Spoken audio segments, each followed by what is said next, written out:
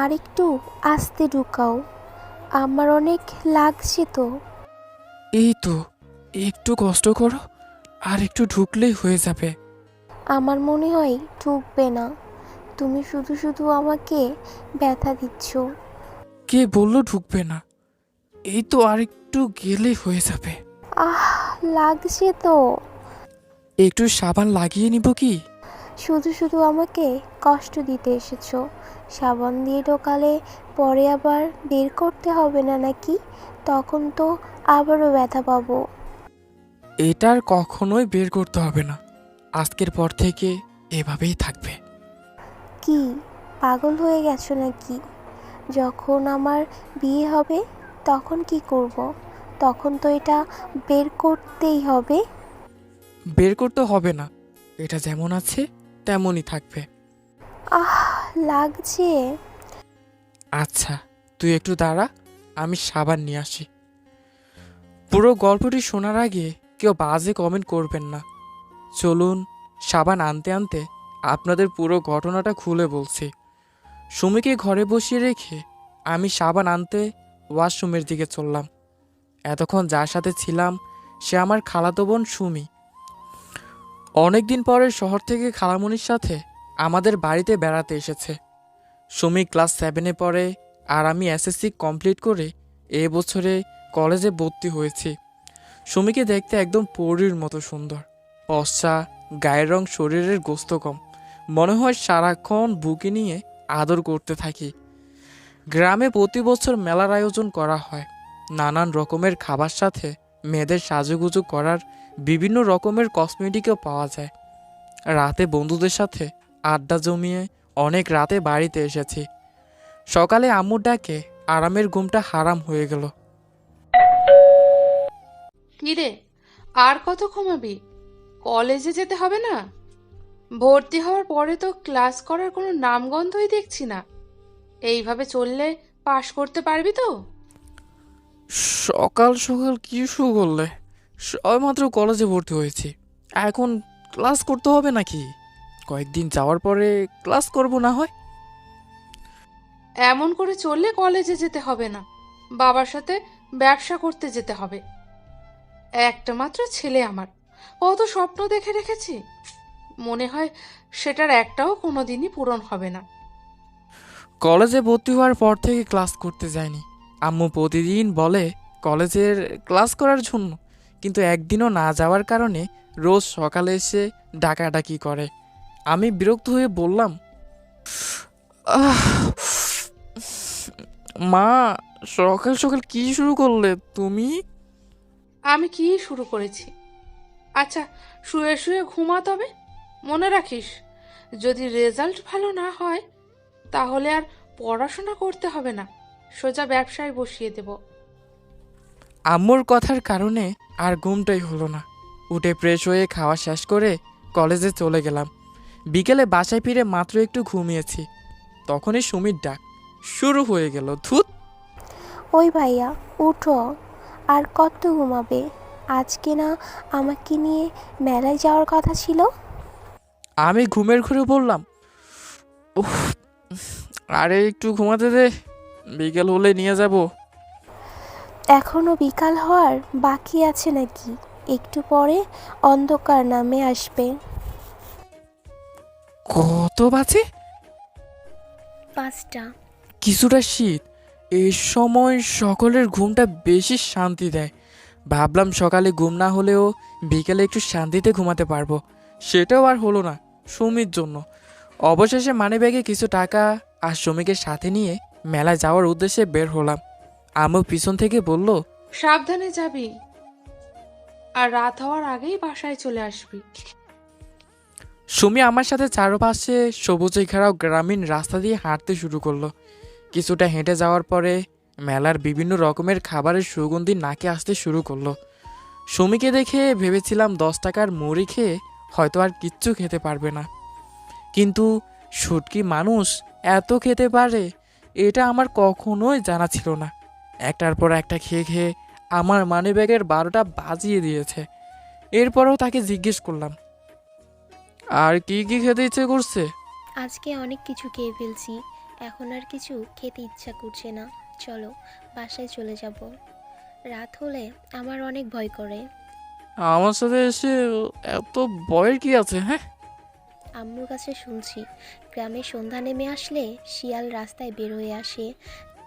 শিয়াল কি মানুষ খায় নাকি? জানি না, কিন্তু আমার অনেক ভয় করে। চলো আমরা এখন চলে যাব।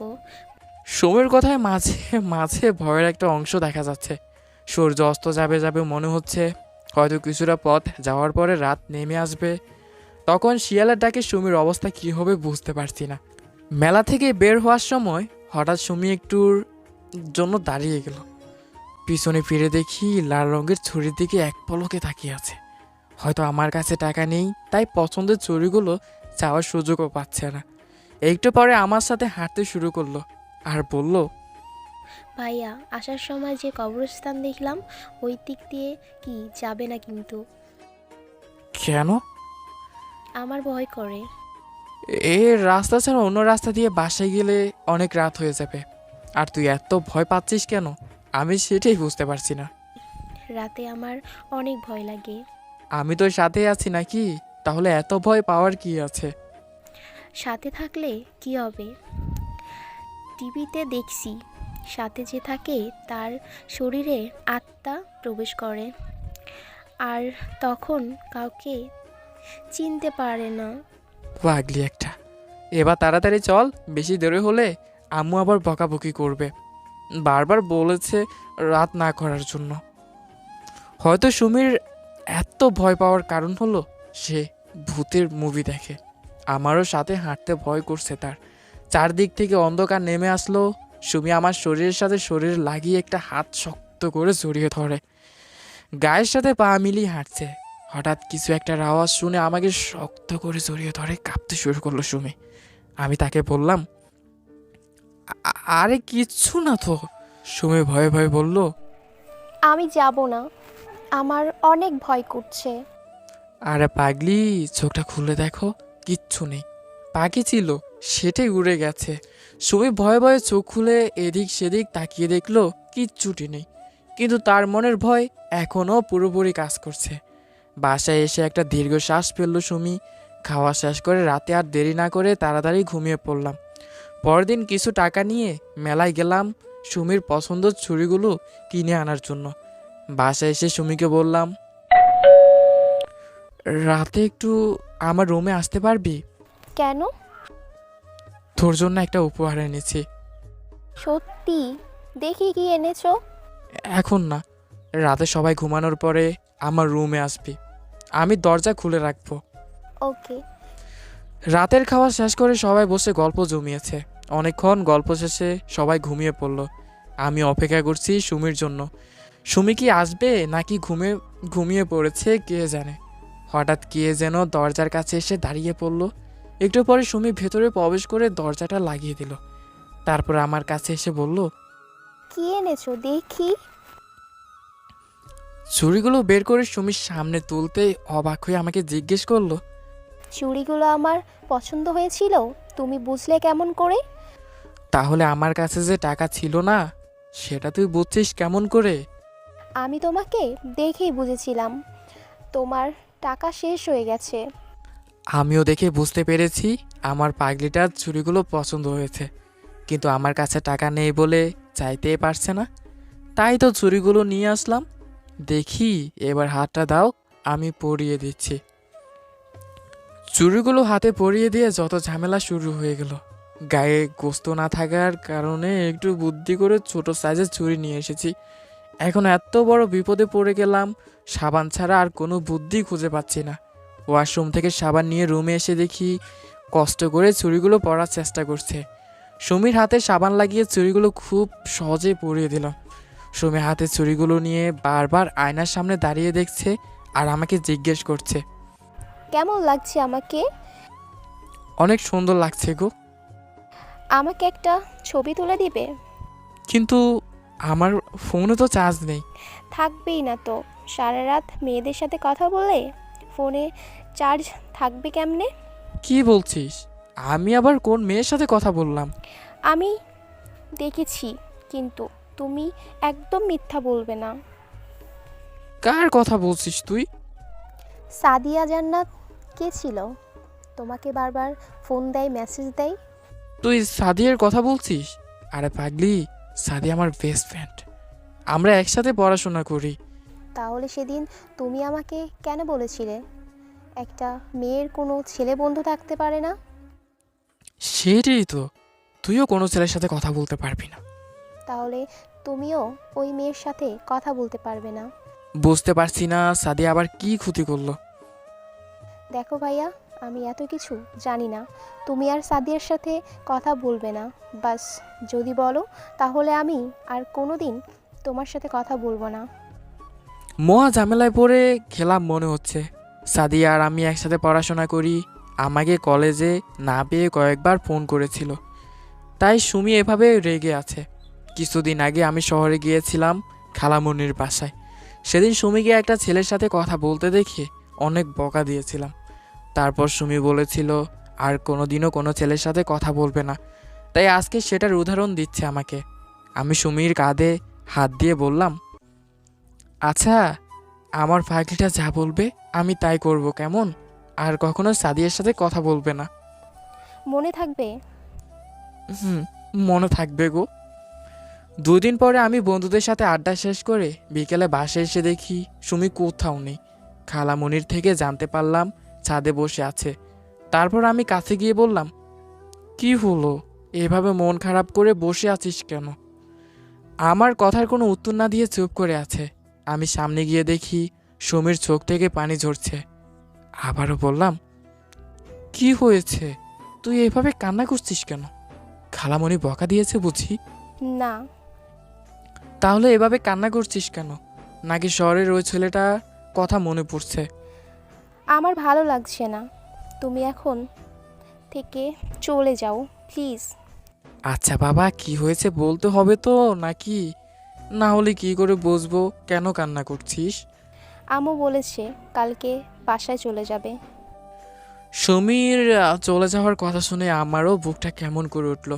সুমিকে অনেক আগে থেকেই আমার ভালো লাগে, কিন্তু এবার সুমির চোখের জল দেখে বুঝতে পারলাম সুমি আমাকে ছেড়ে যেতে চায় না। আমি সুমির মুখ থেকে শিউরে উঠে জানার জন্য জিজ্ঞেস করলাম, তার জন্য এভাবে কান্না করার কি আছে? আমি তোমাকে ছেড়ে যেতে চাই না, আমি তোমাকে ভালোবাসি। আমার তোমার সাথে থাকতে ভালো লাগে। আমার মন খারাপ হলে তুমি আমাকে হাসাতে পারো। দূরে গেলে কি আমার মন ভালো করে দিতে পারবে? হ্যাঁ পারবো। তাছাড়া আমাদের তো মাঝে মাঝে ভিডিও ফোনে কথা হয়, আর এখন থেকে সবসময় ভিডিও ফোনেই কথা বলবো। সত্যি? হুম, সত্যি। কিন্তু তুই যে আমাকে ভালোবাসিস এটা এখনো কাউকে বলা যাবে না। কিন্তু কেন? যদি এখন কেউ জানতে পারে তাহলে আমাদের আর ভিডিও ফোনে কথাই বলতে দিবে না। আমাকে তোমার থেকে কেউ আলাদা করতে পারবে না। কিন্তু তুই এভাবে মন খারাপ করে থাকলে তো চলবে না। খালামণির সাথে বাসায় চলে যা, কয়েকদিন পরে আমি তোর সাথে দেখা করে আসবো, কেমন? ভালোবাসার মানুষকে কেউ তুই করে বলে বুঝি? তাহলে কি বলবো? তুমি করে বলতে হবে। আচ্ছা, এখন থেকে তুমি করে বলবো। এবার খুশি তো? হ্যাঁ, আর তুমি তাড়াতাড়ি আসবে কিন্তু। হুম, খুব তাড়াতাড়ি আমার পাগলিকে দেখতে যাব। সুমিকে অনেক বোঝানোর পরে যাওয়ার জন্য রাজি হয়ে গেল। রাত শুয়ে শুয়ে ভাবছি, যদি আমার এই সম্পর্কের কথা বাসার সবাই জানতে পারে তাহলে কি হবে। যাই হোক, এত কিছু ভাবলে চলবে না। যেহেতু ভালোবেসে ফেলেছি, এখন যা হবে পরে দেখা যাবে। পরদিন খালামণি সুমিকে নিয়ে তাদের বাসায় যাওয়ার উদ্দেশ্যে রওনা হয়ে গেল। যাওয়ার সময় সুমিকে মন খারাপ করে থাকতে দেখলাম। একটু মিথ্যে হেসে সুমিকে বিদায় দিয়ে এখন কেমন যেন লাগছে আমার। রাতে সুমির সাথে ভিডিও ফোনে কথা বললাম। কিছুদিন পরে 2 দিনের জন্য খালামণি বাসা থেকে ঘুরে আসলাম। আমাদের সম্পর্কের কথা 2 বছর পর্যন্ত গোপন ছিল। একদিন সুমি হঠাৎ ফোন দিয়ে শুরু করলো কান্না করা। আমি জিজ্ঞেস করলাম, কি কি- কি হলো, এভাবে কান্না করছিস কেন? সুমি আমার কথার কোনো উত্তর না দিয়ে কান্না করে যাচ্ছে। আমি আবারও জিজ্ঞেস করলাম, এভাবে কোনো কিছু না বলে যদি কান্নাই করো তাহলে আমি বুঝবো কেমন করে কি হয়েছে? আমাকে বলো, কেন কান্না করছো? আজকে আমার দেখতে এসেছিল। কি? হ্যাঁ, আব্বু বলছে ছেলে অনেক ভালো, তাই এবারে বিয়ে দিয়েই দিবে। এজন্য এভাবে কান্না করতে হবে? আমি আছি তো, তাই না? আমার থেকে তোমাকে কেউ আলাদা করতে পারবে না। একটু বুঝিয়ে ফোনটা কেটে দিলাম। আর কোনো কিছু না ভেবে ভালোবাসার মানুষকে হারানোর ভয়ে আম্মুর কাছে গিয়ে বললাম, আম্মু, আমি বিয়ে করতে চাই।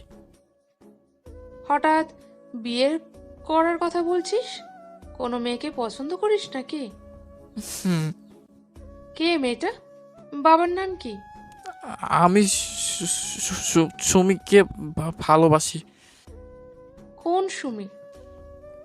খালামণির মেয়ে সুমি।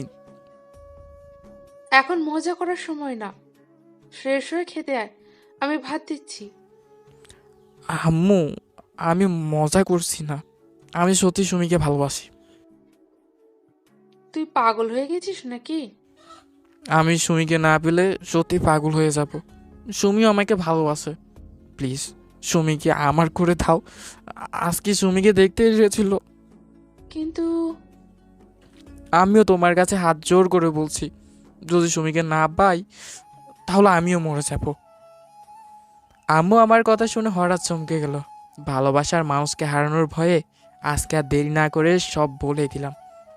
আম্মুকে অনেক রিকোয়েস্ট করার পরে আমার বিয়ের সম্বন্ধ নিয়ে সুমিদের বাসায় চলে গেল।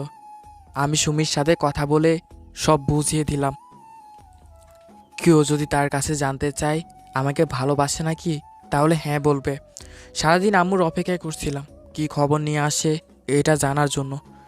অবশেষে বিকেলে বাসায় আসতে আমি জিজ্ঞেস করলাম, কি কি হলো, খালামণি মেনে নিয়েছে? তোর জন্য একটা দুঃখের খবর আছে। খালামণি আমাদের ভালোবাসা মেনে নেয়নি? তোর খালামুনি কি হয়েছে বলো তো?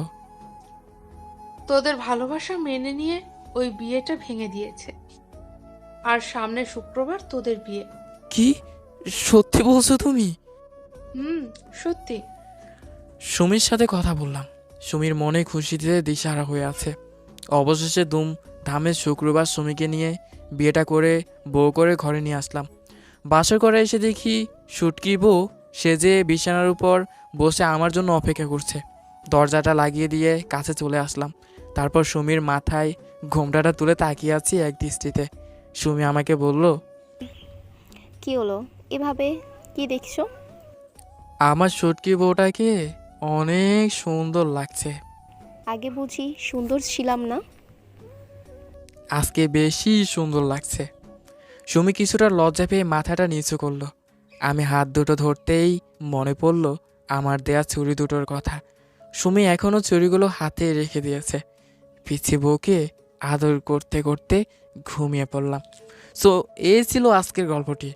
অবশ্যই আজকের গল্পটি কেমন হয়েছে জানাতে ভুলবেন না। আর প্রথম থেকে শেষ পর্যন্ত যারা খারাপ চিন্তা ভাবনা করেছিলেন তারা একদমই ভুলে যান। এটা ছিল চুরির কথা। সো আল্লাহ হাফেজ, টাটা।